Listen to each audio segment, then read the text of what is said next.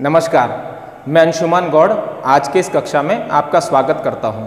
आज हम अध्ययन करेंगे कक्षा 10वीं की हिंदी विषय की पाठ्य पुस्तक के पाठ 11 एक अद्भुत अपूर्व स्वप्न उसके भाग क्रमांक 2 का।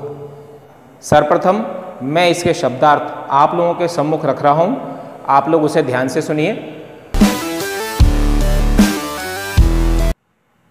इसका पहला शब्द है कोटि, इसका अर्थ है करोड़ों। चित्त, इसका अर्थ है मन या हृदय। अंगीकार अर्थात स्वीकार। द्रव्य अर्थात धन। अनुग्रह, इसका अर्थ है कृपा।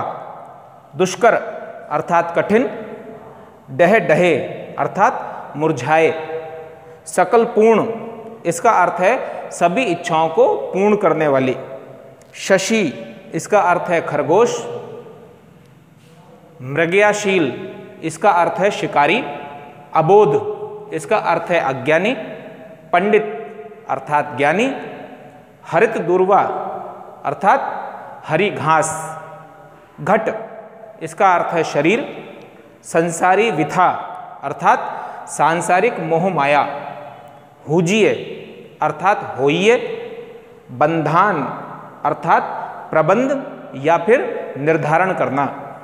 और नियत अर्थात तय। अब हम अध्ययन करेंगे भाग क्रमांक 2 की रूपरेखा का। भाग क्रमांक 2 की रूपरेखा का पहला बिंदु है पिछला स्मरण। पिछले स्मरण से हमारा तात्पर्य है भाग क्रमांक 1 में किए गए अध्ययन से। भाग क्रमांक 1 में हमने पाठ परिचय संबंधी बिंदुओं का अध्ययन किया था। हमने लेखक के स्वप्न पर विचार किया तथा उस स्वप्न में लेखक ने यश प्राप्ति और नाम अमर करने की चाह, उसको साकार करने के लिए जो विचार अपने मन में किए थे उन विचारों को समझा था। उन विचारों में एक विचार था विद्यालय निर्माण का। उस विद्यालय निर्माण के जितने चरण थे उन चरणों का हमने अध्ययन किया था तथा साथ ही उस विद्यालय में अध्यापकों की जो नियुक्ति की गई थी उसके जो प्रमुख अध्यापक थे उन प्रमुख अध्यापकों के नाम और उनके विषय उसके ऊपर हमने चर्चा की थी। अब इस भाग 2 की विषय वस्तु पर विचार करते हुए हम अपनी इस निबंध संबंधी चर्चा को वहाँ से शुरू करेंगे जहाँ विद्यालय निर्माण होने के पश्चात, उस विद्यालय में शिक्षकों की नियुक्ति करने के पश्चात उस विद्यालय के प्रारंभ का समय आया। भारतेंदु हरिश्चंद्र जी ने कहा है कि जब इस पाठशाला का निर्माण पूरा हुआ तथा उसके शिक्षकों की नियुक्ति हुई, उसके पश्चात अर्धरात्रि के समय इस पाठशाला का प्रारंभ हुआ। इस पाठशाला के प्रारंभ होते समय एक सभा आयोजित की गई। उस सभा में स्वयं भारतेंदु हरिश्चंद्र जी भी मौजूद थे तथा साथ ही उनके मित्र जिनका सहयोग इस पाठशाला के निर्माण के लिए मिला था वह भी उपस्थित थे। और इस पाठशाला में नियुक्त जो प्रमुख शिक्षक थे वो भी उस सभा में उपस्थित थे। उस सभा में भारतेंदु हरिश्चंद्र जी ने सबको संबोधित करते हुए अपने विचार रखे। भारतेंदु हरिश्चंद्र जी ने कहा कि ये जो पाठशाला है ये पाठशाला बिना ईश्वर की कृपा के नहीं बन सकती थी। इसलिए इस पाठशाला के प्रारंभ होने के समय मैं सर्वप्रथम उस ईश्वर की कृपा और उसका अनुग्रह, उसके प्रति अपनी कृतज्ञता का भाव प्रकट करता हूँ। वह ईश्वर जिसने इस संसार में बल, बुद्धि, विद्या इनके सिवाय मान, मूर्खता, परद्रोह, परनिंदा ऐसे परम गुणों से इस संसार को विभूषित किया है। यहाँ भारतेंदु हरिश्चंद्र जी उनके कहने के पीछे उनका एक व्यंग है।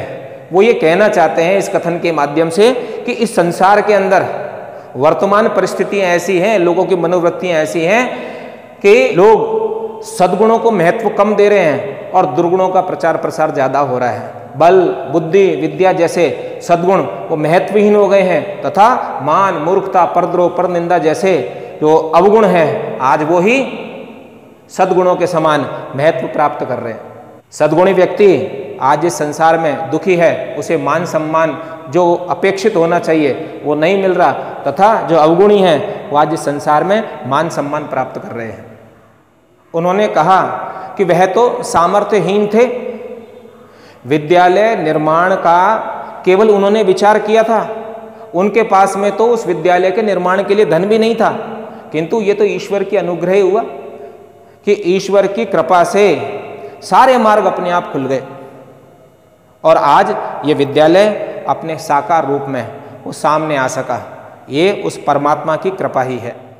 परमात्मा की कृपा के साथ साथ उन्होंने आगे अपने स्वार्थरत चित्त उसकी प्रशंसा करते हुए ये कहा कि यदि मेरे चित्त की, मेरे मन की ये स्वार्थ भावना नहीं होती।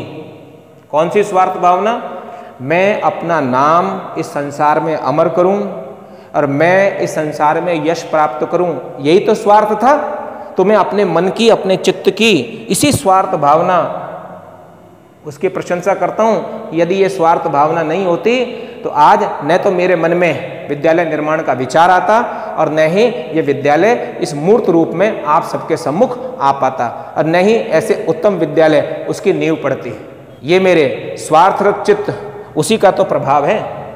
अपने स्वार्थरत चित्त उसकी प्रशंसा करते हुए, अपने मन में स्वार्थ भावना उसको सराहते हुए उन्होंने अपने मित्रों को भी धन्यवाद दिया। उन्होंने कहा कि हे मेरे मित्रों, हे मेरे सज्जन शुभ चिंतकों, मेरे पास तो इस विद्यालय निर्माण का केवल विचार था। उन्होंने खुद ने कहा है कि उनके पास तो घर की केवल मूछें थी और कुछ गंगा जल था, अर्थात उनके पास तो विद्यालय निर्माण का केवल विचार था, केवल संकल्प था, बाकी विद्यालय निर्माण का कोई संसाधन उनके पास में नहीं था।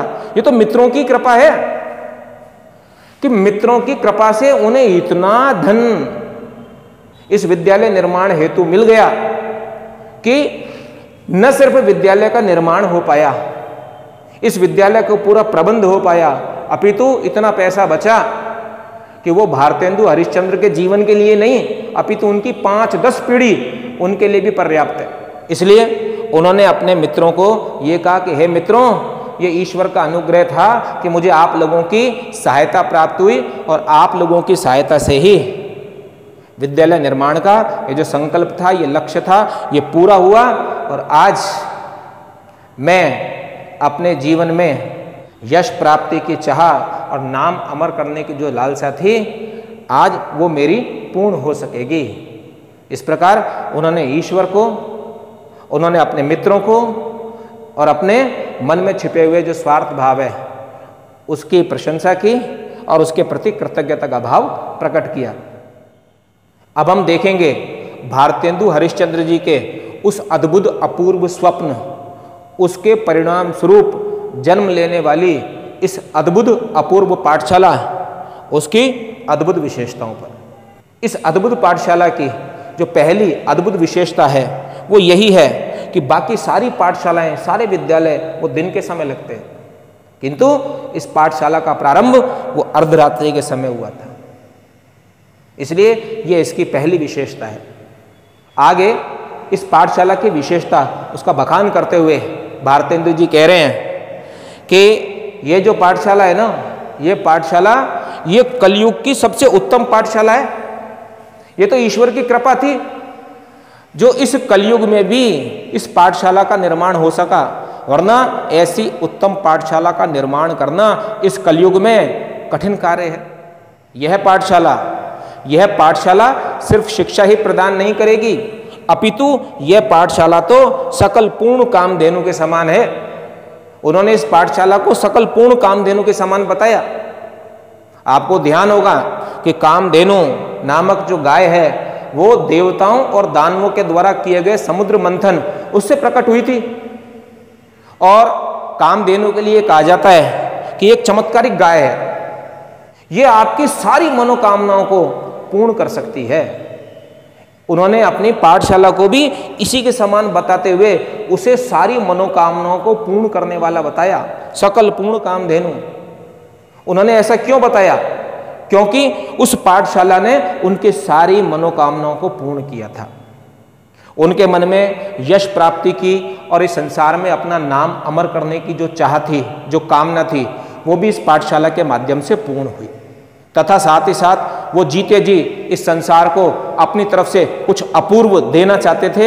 ये कामना भी इस पाठशाला ने पूर्ण की तथा साथ ही इस पाठशाला ने उन्हें इतना धन प्रदान किया, अपने मित्रों के सहयोग से उन्हें इतना धन प्राप्त हो गया कि न केवल उनके जीवन के लिए अपितु उनके परिवार के, उनकी 5-10 पीढ़ी के लोगों के लिए भी सुखी जीवन यापन का धन उनके पास में एकत्रित हो गया। इस प्रकार वो कह रहे हैं कि ये जो पाठशाला है, ये पाठशाला इसने मेरी समस्त मनोकामनाओं को पूर्ण किया। ये पाठशाला तो सकल पूर्ण कामधेनु के समान है। अपनी पाठशाला के प्रथम शिक्षक मुग्धमणि शास्त्री, उनका परिचय सबके सम्मुख रखते हुए भारतेंदु जी ने कहा कि इनकी नियुक्ति हमने तर्कशास्त्र उसका अध्यापन करवाने के लिए की है। इनकी प्रशंसा तो हम कहाँ तक करें, ये तो हमारे भाग्य की सराहना हम कर सकते हैं कि इन जैसे श्रेष्ठ विद्वान वो हमारे हाथ पड़ गए, वरना इंद्र भी सतयुग में अपनी पाठशाला के लिए और अपने गुरु के पद पर आसीन करने के लिए इन जैसे श्रेष्ठ विद्वान को समुद्रों में, जंगलों में खूब ढूंढता फिरा, किंतु ये उसके हाथ भी नहीं लगे और आखिर में उसको हार मानकर गुरु बृहस्पति को ही अपना गुरु रखना पड़ा। ये तो हमारा सौभाग्य था कि जैसे शिकार पर निकले हुए कुत्ते के मुंह में खरगोश होता है, ठीक उसी प्रकार से ये भी हमारे हाथ लग गए बद्रिका आश्रम की एक कंदरा अर्थात गुफा से। और इनकी बुद्धि और इनकी विद्या, उसकी प्रशंसा तो हम कहाँ तक करें। इनकी बुद्धि और विद्या की प्रशंसा करने में तो सरस्वती भी लजाती हैं, अर्थात देवी सरस्वती भी इनकी बुद्धि और इनकी विद्या उसकी प्रशंसा नहीं कर सकती। इसमें कोई संदेह नहीं है कि इनकी संगत से, इनके ज्ञान से थोड़े ही समय में जो पंडित अर्थात ज्ञानी हैं वो मूर्ख हो जाएंगे और जो मूर्ख हैं वो पंडित अर्थात ज्ञानी हो जाएंगे। दूसरे शिक्षक पाखंड प्रिय धर्माधिकारी, उनका परिचय सबके सम्मुख रखते हुए कहा कि मेरे जो निकट पाखंड प्रिय जो शिक्षक बैठे हैं, जिन्हें हमने धर्मशास्त्र उसका अध्यापन करवाने के लिए नियुक्त किया है, कि इनकी बड़ी मान्यता है। एक समय इस देश में इनकी बहुत मान्यता थी, सारे स्त्री पुरुषों को इन्होंने मोह रखा था, किंतु अंग्रेजी शिक्षा के कारण से जो भारतीय लोग हैं, हिंदुस्तानी हैं, उन्होंने इनकी बहुत दुर्दशा की और इनको सब कुछ छोड़ छाड़ कर और हिमालय के वन क्षेत्र में जाना पड़ा और वहाँ हरी घास के ऊपर अपना जीवन निर्वाह करना पड़ा। उन्हें श्वानों और श्रृगालों के साथ में अपने दिन बिताने पड़े, वरना जब तक इनका राज था ना, तब तक तो ये दृष्टि बचाकर भोग लगाते थे, अर्थात चारों ओर सुखी सुख था इनका। तो इसके कहने के पीछे भारतेंदु जी जो हैं उनका एक व्यंग है। वो ये कहना चाह रहे हैं कि इस भारतवर्ष में धर्म के क्षेत्र में लोग पाखंड और दिखावा उसमें जकड़े हुए थे, अंधविश्वासों में जकड़े हुए थे, किंतु ये अंग्रेजी शिक्षा है जिसने भारतीय लोग, उनके मन से भारतीयता वो निकाल दी। उनके मन में जो आध्यात्मिक भाव था, जो धर्म के प्रति निष्ठा थी, उसका भी नाश कर दिया। इस प्रकार से जब लोगों में धार्मिक भावनाएं नहीं बची, लोगों में धर्म के प्रति निष्ठा ही नहीं बची, तो फिर धार्मिक आधार पे वो जिस प्रकार का पाखंड और धर्म कर रहे थे, वो पाखंड और धर्म वो भी समाप्त हो गया। आगे हमारे लेखक भारतेंदु जी ने कहा कि हमें पूर्ण यकीन है कि यदि ये हमारे विद्यालय में एक कार्तिक मास भी यदि रह गए, तो हम ये मानते हैं कि पुराने धर्म तो छोड़िए, जितने भी नवीन धर्म हैं उन सब नवीन धर्मों पर 4-5 दिन में ही ये पानी फेर देंगे। आगे इस विद्यालय के तीसरे शिक्षक पंडित प्राणांतक प्रसाद, उनका परिचय देते हुए उन्होंने कहा कि इनकी नियुक्ति हमने वैद्यक शास्त्र अर्थात चिकित्सा शास्त्र उसका अध्यापन करवाने के लिए की है, और ये महावैद्य के नाम से पूरे संसार में विख्यात है। और चिकित्सा में तो ये ऐसे कुशल हैं कि रोगी चिता तक चढ़ते चढ़ते भी इनके उपकारों को नहीं भूलता। कितना ही असाध्य रोग से पीड़ित कोई व्यक्ति क्यों ना हो, किंतु इनके औषधि देते ही वो स्वर्ग सुख को प्राप्त होता है। उस मनुष्य को इस संसार की मोह माया तब तक ही सताती है, वो इस सांसारिक मोह माया में तब तक ही कष्ट पा सकता है जब तक इनकी औषधि उस तक नहीं जाती। एक बार इनकी औषधि गई तो यकीन मानिए कि वो स्वर्गवास को प्राप्त हो जाएगा और वो सांसारिक मोह माया से मुक्त होकर स्वर्ग सुख को प्राप्त कर लेगा। आगे भारतेंदु जी कह रहे हैं कि आप कुछ समय तक प्रतीक्षा कीजिए, इनकी चतुराई और इनके चिकित्सा ज्ञान वो सब आपके सामने आ ही जाएगा। आगे अगले शिक्षक लुप्त लोचन ज्योतिषाभरण, उनका परिचय सबके सम्मुख रखते हुए भारतेंदु जी कह रहे हैं कि इनकी नियुक्ति हमने ज्योतिष शास्त्र उसका अध्यापन करवाने के लिए यहाँ की है। अब इनकी प्रशंसा के बारे में मैं क्या कहूँ, ये बहुत ज्ञानी है, ज्योतिष शास्त्र का इनको बहुत ज्ञान है और ज्योतिष शास्त्र में जितने भी ग्रह नक्षत्र दिए हैं ये उससे भी संतुष्ट नहीं हुए। कुछ तारे अर्थात कुछ ग्रह नक्षत्र तो स्वयं आकाश में जाकर ये ढूंढ कर ले आए। इन्होंने अनेक ग्रंथों की रचना की है, जिनमें से ताम्रस मकरालय ये इनका प्रसिद्ध ग्रंथ है। भले ही इनकी दृष्टि जो है वो विशेष नहीं है, परंतु फिर भी जो तारे हैं अर्थात ग्रह नक्षत्र हैं वो इनकी दृष्टि में, इनकी आंखों में बस गए हैं। अर्थात हर समय इनकी दृष्टि ग्रह नक्षत्रों पर ही लगी रहती है। आगे अगले शिक्षक पंडित शील दावानल नीति दर्पण, इनका परिचय सबके सम्मुख रखते हुए भारतेंदु हरिश्चंद्र जी कह रहे हैं कि इनकी नियुक्ति इस विद्यालय में नीति शास्त्र और आत्मविद्या इसका अध्यापन करवाने के लिए की गई है। इनकी प्रशंसा हम कहाँ तक करें, इनके गुण तो अपार हैं और समय थोड़ा है, इसलिए हम कम शब्दों में ही इनके परिचय आप सबके सम्मुख रख रहे हैं, इनकी प्रशंसा आप सबके सम्मुख कर रहे हैं कि ये अपने जीवन भर नीति शास्त्र वो पढ़ते और पढ़ाते रहे हैं और बहुत से महात्माओं ने इनसे नीति शास्त्र का ज्ञान लिया है। यदि हम इनके प्रमुख शिष्यों के नाम गिनाएं तो इनसे नीति शास्त्र का ज्ञान प्राप्त करने वाले जो प्रमुख इनके शिष्य हैं वो हैं वेणु, बाणासुर, रावण, दुर्योधन, कंस, शिशुपाल। ऐसे शिष्यों को इन्होंने अपनी नीति शास्त्र की शिक्षा प्रदान की है। यहाँ इनकी इस प्रशंसा को व्यंग्यपूर्ण तरीके से प्रस्तुत करते हुए भारतेंदु हरिश्चंद्र जी ने कहा है कि भले इनका विषय नीति शास्त्र है, किंतु इनके शिष्यों को देखते तो हम यही कह सकते हैं कि इन्होंने सबको नीति शास्त्र का नहीं अपितु अनीति शास्त्र का ही ज्ञान दिया है। और आगे इस अंग्रेजी शासन व्यवस्था पर भी व्यंग करते हुए लेखक भारतेंदु हरिश्चंद्र जी कह रहे हैं कि आज भी यदि अंग्रेजी न्यायकर्ता उनको कोई मार्गदर्शन चाहिए होता है, इस अंग्रेजी व्यवस्था को कोई मार्गदर्शन चाहिए होता है, तो वो इन्हीं महाशय से, इन्हीं विद्वान से आकर सलाह मशवरा करते हैं और इनकी अनुमति लेकर ही वो आगे किसी कार्य पर बढ़ते हैं।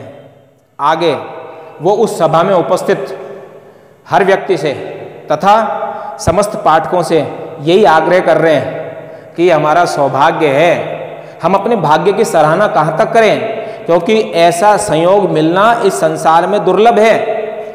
कि ये कितना अद्भुत संयोग है कि हमारे मन में विद्यालय निर्माण उसका विचार आया। सामर्थ्य न होते हुए, संसाधन न होते हुए भी हमें ईश्वर की कृपा और मित्रों उसके सहयोग से हमारा ये विचार वो साकार हो सका और इस अद्भुत और अपूर्व पाठशाला में हमको इस प्रकार के अद्भुत और अपूर्व शिक्षक वो भी बिना किसी प्रयास के वो मिल गए।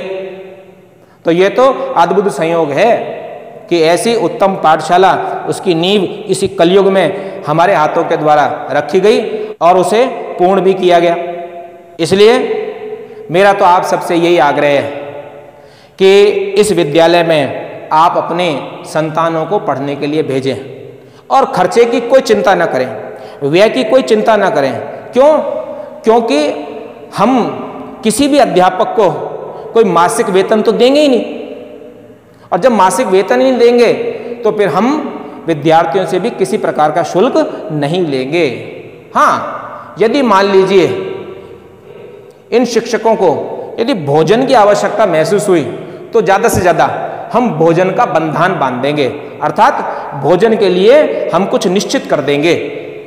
और यदि इतने से भी इनकी आवश्यकता पूर्ण नहीं हुई तो फिर हम ये तय कर देंगे कि इस पाठशाला संबंधी जो भी द्रव्य है, जो भी धन है, उसका ये सब मिलकर नाश कर लिया करें। अर्थात ये यदि उस धन का उपयोग करते हुए विद्यार्थियों को पढ़ाएंगे तो जिस प्रकार की शिक्षा ये देंगे, मैं तो ये मानता हूँ कि फिर वो इस विद्यालय में शिक्षा का नाश ही करेंगे। इस प्रकार इस निबंध में भारतेंदु हरिश्चंद्र जी, उनकी विनोद प्रियता, उसके दर्शन हमको होते हैं, तथा साथ ही साथ उन्होंने अपनी हास्य और व्यंग्यपूर्ण शैली में इसमें अपने अद्भुत और अपूर्व स्वप्न के माध्यम से तत्कालीन समाज, तत्कालीन जो लोग हैं और शासन व्यवस्था है, अंग्रेजी शासन व्यवस्था, उसकी नीति पर, उसकी मनोवृत्ति पर, उसके विचार, उस पर व्यंग किया है। तथा साथ ही साथ उस समय की जो शिक्षा व्यवस्था थी, उस शिक्षा व्यवस्था भी किस प्रकार से अपने पवित्र उद्देश्य से भटक गई थी और वो शिक्षा व्यवस्था भी केवल धन कमाने का जरिया रह गई थी और शिक्षा वो सेवा कार्य न होकर वो मात्र व्यवसाय बन गया था जिसमें केवल अपना लाभ प्रमुख था। इस प्रकार भारतेंदु हरिश्चंद्र जी द्वारा रचित हास्य व्यंग्यपूर्ण शैली में लिखे गए एक अद्भुत अपूर्व स्वप्न, इस निबंध में हमने ये देखा कि किस प्रकार भारतेंदु हरिश्चंद्र जी ने तत्कालीन समाज और उसके लोगों की स्वार्थ भावना और धर्मांधता तथा उनके मन में छिपी हुई यश प्राप्ति और नाम अमर करने की चाह, उस पर, तथा अंग्रेजी शासन व्यवस्था और अंग्रेजी शिक्षा प्रणाली, इसकी अनीति के ऊपर उन्होंने अपनी व्यंग्यपूर्ण दृष्टि डाली है। मुझे पूर्ण विश्वास है कि यह अध्ययन आपके लिए अत्यंत उपयोगी रहेगा। यदि आपने भारतेंदु हरिश्चंद्र के जीवन परिचय का और इस निबंध के भाग क्रमांक 1 उसका अध्ययन नहीं किया है तो डिस्क्रिप्शन बॉक्स में उसका लिंक दिया गया है, आप वहाँ जाकर उसका अध्ययन कर सकते हैं। धन्यवाद।